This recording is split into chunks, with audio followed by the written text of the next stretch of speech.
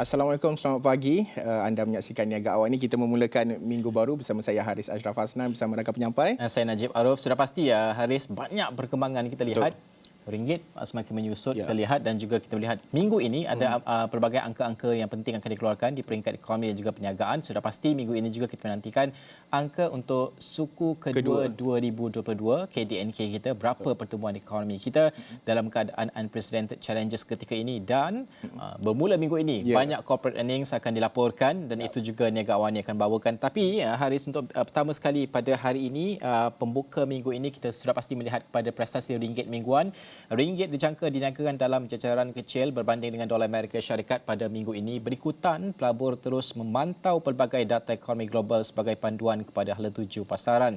Rakan pengurusan SBI Asset Management Stephen Ines berkata kunjungan Speaker Dewan Perwakilan Amerika Syarikat Nancy Pelosi ke Taiwan baru-baru ini telah menyebabkan keresahan pasaran dalam situasi ketegangan Amerika Syarikat Sino yang semakin memuncak, dan juga bagaimanapun pelabur dilihat mengalihkan tumpuan daripada perkembangan geopolitik. Meskipun pertikaian Taiwan telah berakhir, kebimbangan mengenai ekonomi domestik China membayangi sentimen risiko positif. Selain itu, China terus mempolitikkan kawalan COVID-19 yang sepatutnya berakhir pada lewat tahun ini dan memburukkan lagi ekonomi domestik, menyebabkan ringgit boleh mendatar pada sepanjang minggu ini. Peniaga akan kekal memberi tumpuan kepada data indeks harga pengguna IHP Amerika Syarikat pada minggu depan yang tidak dinafikan menawarkan pemangkin utama kepada pasaran mata wang.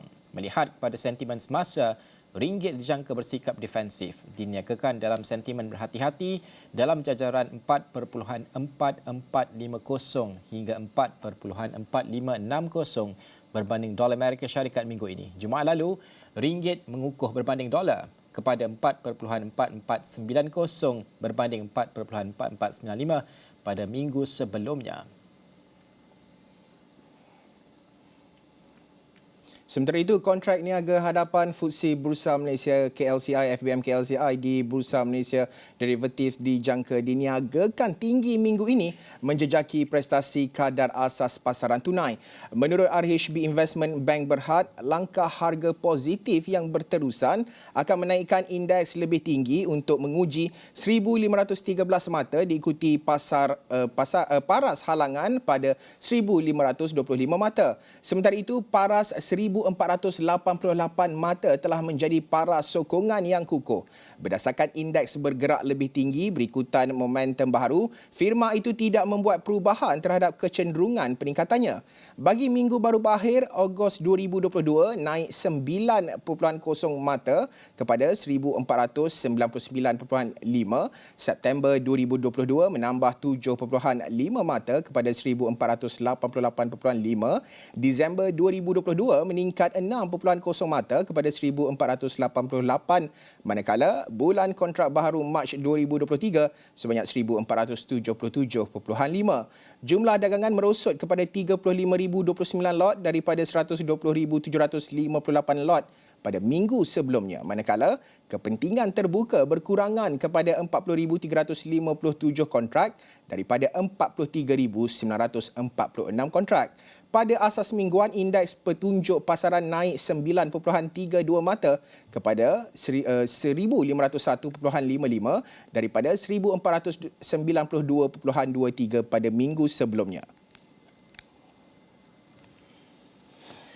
Sementara itu, kontrak niaga harapan minyak sawit mentah MSM di Bursa Malaysia Derivatives dijangka diniagakan rendah minggu ini berikutan aktiviti pengambilan untung, dan juga peniaga minyak sawit kanan Interbrand Group of Companies JIMTIH berkata stok dijangka kekal tinggi di Malaysia berikutan harga ekspor Indonesia yang lebih rendah. Oleh itu, pergerakan harga pada minggu ini dijangka berada antara RM3,100 dan RM3,300 satu tan. Indonesia cuba mengurangkan inventory mereka yang tinggi dengan mengecualikan levy ekspornya berkuat kuasa 15 Julai hingga 31 Ogos 2022. Sementara itu, peniaga minyak sawit David Ng menjangka harga niaga harapan diniagakan dengan kecenderungan penurunan berdasarkan jangkaan pengeluaran dan juga paras stok yang tinggi menjelang laporan tanaman utama yang akan dikeluarkan pada minggu ini.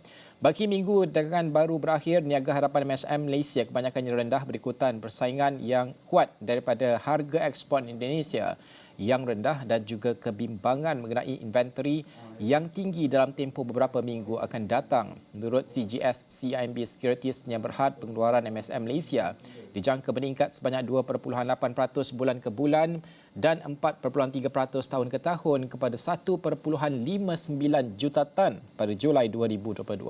Katanya stok minyak sawit Malaysia dijangka meningkat sebanyak 9.8% bulan ke bulan kepada 1.82 juta tan sehingga akhir Julai 2022, sebahagian besarnya berikutan pengeluaran yang tinggi. Alright, evolving mission to drive employment and industrial training placements, career coaching and counselling and develop income generating opportunities for Malaysians from a diverse range of skill sets, backgrounds and capabilities that have been the motto for HRD Corp since its rebranding started last year. And the agency since the past years expanded its role to support the training and development needs for all Malaysians. And of course, it has also introduced a series of initiatives that focus on job matching and placement opportunities along with income generating programs for a wider target group which aim to reduce the country's unemployment rate. Prime Minister Datuk Seri Ismail Sabri Yaakob last year said that HRD Corp being at the forefront of the nation's workforce development efforts over the past 3 decades and that he is confident that HRD Corp will be able to continue to support Malaysia's vision to become a high-income nation based on digital economy through the development of nation's most valuable asset, the keluarga Malaysia itself. Joining us this morning is Chief Executive Human Resource Development Corporation HRD Corp, Datuk Shahul Daud. Datuk, good morning. Thank you so much for joining us this morning. Very good morning. How are you, Datuk? Fine, very good. Okay, Datuk, first of all, you have introduced a lot of changes to HRD Corp for the past 2 years, I would say, right? Since you assumed the role as Chief Executive. Can you tell us more about HRD Corp evolution for the last 2 years? HRD Corp, it's been in the industry for the last 28 years. And the last 2 years, we have done multiple transformations based on the industry needs and requirements. It does not mean that the last 28 years they did not do any transformation. They did have transformations, but they did transformation for that particular time what is best required. But the last 2 years has been very critical. There's a lot of changes. There's a lot of policies that is beyond has to go on due to the COVID pandemic. The entire landscape of the training and development has been changed. Firstly, we started to change ourselves from just becoming a pure training and development institution to become a human capital organization that takes care of the nation's human capital development. Many transformations have happened in the last 2 years. One of the primary, what I would specifically say, was to the rebranding exercise of the HRDF to HRD Corp. That is simply required due to the fact that many things that we have done in the last 2 years require that changes. One of the core changes that we brought into in HRD Corp was the expansion of the Act. What is the expansion of the Act? We have employers who have to pay levy to HRD Corp. 1% of their salary, staff salary to HRD Corp. Before the expansion of the Act, only 3 sectors used to pay, mining, service and manufacturing. We thought that's not enough. Nobody should be deprived of knowledge and skills in the country. Either you're a profit-making, non-profit making, you're a small, medium size, but employees need to go through the training. And this is the right time.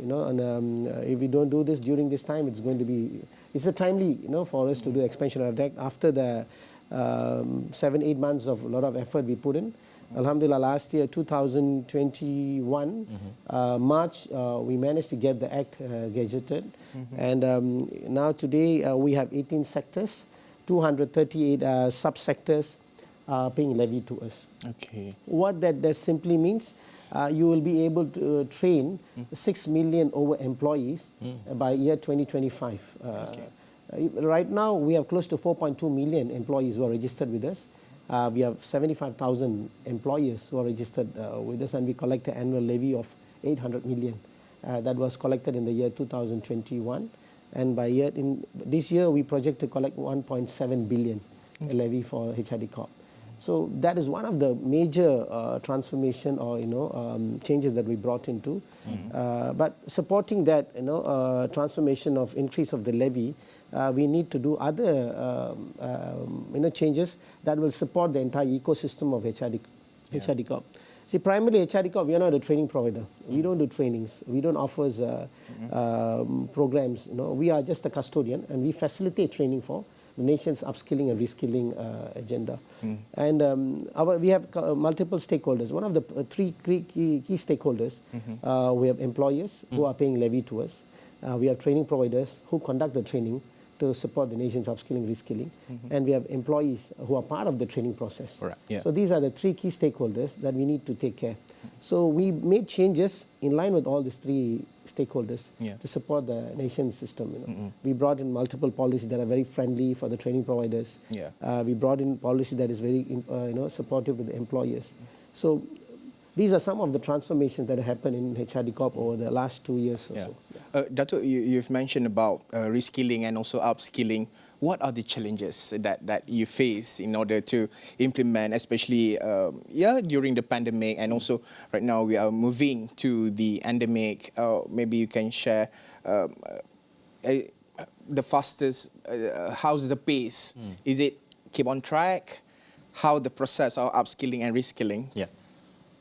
Upskilling, reskilling is something which came very aggressively during the COVID time. Prior to that, yes, people talk about reskilling, upskilling, but the word became very phenomenal during COVID. I mean, we have to understand overall, people still don't take training as a very serious, component for employees upskilling. I would say, I would said, 80% of the employers don't take the trainings very seriously. Anything that needs to be cut during the pandemic, anything that needs to be shortened to save budget, training is the first they will cut on. And and HRD Corp has a very important role to play in this space to create the kind of awareness to make sure that training is a very important component for countries, for nations' development. We talk about, we keep telling, Malaysia have to be like, Japan. We want to have a workforce to be very skilled, high skilled, knowledge-based economy. We want to be like Germany. All these things is possible only when you put a lot of efforts on the training and development. And training and development have to be very serious. It cannot be like, you just like it, you do it. If not, you don't do it. And consistency. But I think I'm happy that though people don't take it very seriously, but COVID has pushed in, and and there's more people are going into the training and development, and not only just traditional training. The good thing about COVID, it has pushed a lot of technology element into the people. Dulu people doesn't want to go into this online training, online programs, but today a lot of them are happy to move into training online space. So we are constantly developing programs that is in line with upskilling and reskilling. Even it can be on a high skill program, it can be on a B40, it can be Industry 4.0. So we are catering towards the different sectors through our upskilling and reskilling programs. I want to talk about the HRD Corp micro-credential because a lot of has been said about the HRD Corp micro-credential, especially on the relevance and efficacy to the industry players. A simple question, your comment on this about the HRD Corp micro-credential. So micro-credential is a big subject. Of course, there's a lot of sensation in the industry for the last 2 months about micro-credential. I mean, it depends on the understanding, and of course, there are some concern queries in the industry that when there's a sensation, it does not mean they're against what we are doing. But people want some sort of clarity. People want a better understanding. So it's the responsibility of us to make sure that people understand what we continue to do. Micro-credential is a bite-sized qualification. Bite-sized qualification focused on specific skills. Micro-credential is a proof of learning outcome from a learner in a short-term experience. In Malaysia, only academic-based qualification are moved into micro-credentials. Skill-based have not gone into. But in years to come, that is going to be the learning pattern. There's going to be a lot of disruption in the education mode. And HRD Corp has started to understand that space. And we are starting to develop our skill-based framework. I think we'll be the first one to develop industry skill-based framework to support the micro-credential activities. Of course, micro-credential has multiple components. There are two different components very important for micro-credential. One is verification, and the other one is the certification. Yep. If you talk about verification, I would confidently say 90% of the trainings done in Malaysia don't have any evaluation process. Of course, you ask anyone, they just go for the training, finish the training, collect the certificate, and they move on. Yeah, the post-training. There's nobody talks about assessment, evaluation, whether there's a verification, whether there's a proper transfer of knowledge, transfer of technology.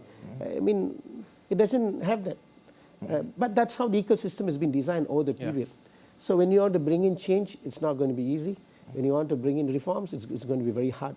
But that's what the industry wanted over the, moving forward. Yep. So HRD Corp started to push in this in 2022, April.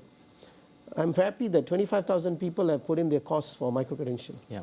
And almost 23,000 courses has been converted from a traditional to micro-credential ready programs. That is a sign of support, I would say. People are willing to buy it. And there are some queries whether it's going to be mandatory, what is the cost, what is the fee about it, why is such a kind of cost. Yeah. Of course, we will go on to explain why such things are required and mandatory. We want to focus on the quality of education. Yes. HRD Corp, if you're talking about making Malaysia once again skill-based workforce, we need to emphasize on the quality. We need to emphasize on the efficiency of training that is delivered. Yeah. I would say, most of the things what we do, we go based on the data. HRD Corp, is an organization is there for 28 years. We got a lot of data that will help us to make decisions. Yes. 18% of the trainings conducted in the year 2020 and 2021 has very poor delivery. The standards of program is not accepted by the employers. So all these things put into, have been built up. We have left with no choice that we have to go for programs that is high quality. We micro-credential, under the verification, we have three components, that is monitor, we have measure, and we have maximize. We want to measure every student that is being trained. Whether, for example, if I come into Astro, I want to train people on Astro. First of all, I want to understand their job nature. What is their background? What is their skill? What do they want to look forward? Then I have to prepare a content that is customized to meet these people. Once they have done it, I want to see whether the training has transformed to them. The training has been delivered properly. So there is a report need to be given to the employer. So the employer will be convinced that every dollar they spend on the training and development is worth it. So this is some of the process of micro-credential. Of course, micro-credential is just not about coming in, collecting the setting and going into that. That is one of the elements. That is the last element. People also say micro-credential is a nano degree. They also say it's a digital badging. There is a mini degree. So there's multiple definitions for micro-credential. But what we wanted to do is to emphasize the quality, emphasize the delivery is done rightly. So I think the employers are convinced about the training, what they do. And HRD Corp, we also want to know data. We wanted to know what kind of training is done, who are these people, what is the effectiveness of the training. So at least we spend a lot of money, with the expansion of the Act. By year 2025, we are going to collect 5 billion levy. Okay. Datuk, just last question, just a short one. I've been informed that you'll be introducing a super app under HRD Corp, maybe less than 2 minutes, 1 minute. You can share a bit? HRD, the super app? HRD Corp is in a very aggressive transformation of our digitalization in the organization. We strongly believe that technology is the way forward. Not just about the teaching, it's about the way we practice in the organization. We have done multiple development in HRD Corp, and we believe that we need one application that would put all this application together and make our stakeholders easily accessible. And that is the evaluation of Super App. Super App has catering to 4 different stakeholders, employers, individuals, training providers and trainers. They all will be able to get access to this. And we have close to 80 over dynamic features in the Super Apps. Inshallah, it will be launched very soon, and we have started to promote it, and we have close to 1,000 downloads in the last 1 week. Cool. for HRD Corp Super Apps. Right. Dato', I know there's a lot of things to say, especially on the HRD micro credential, but no worries. Dato' will be appearing on Notepad with Ibrahim Sani as well. Thank you so much for your time this morning, Dato' Shahul Dawud, Chief Executive Human Resource Development Corporation HRD Corp. Kita akan berhenti rehat seketika. Kita akan kembali selepas ini.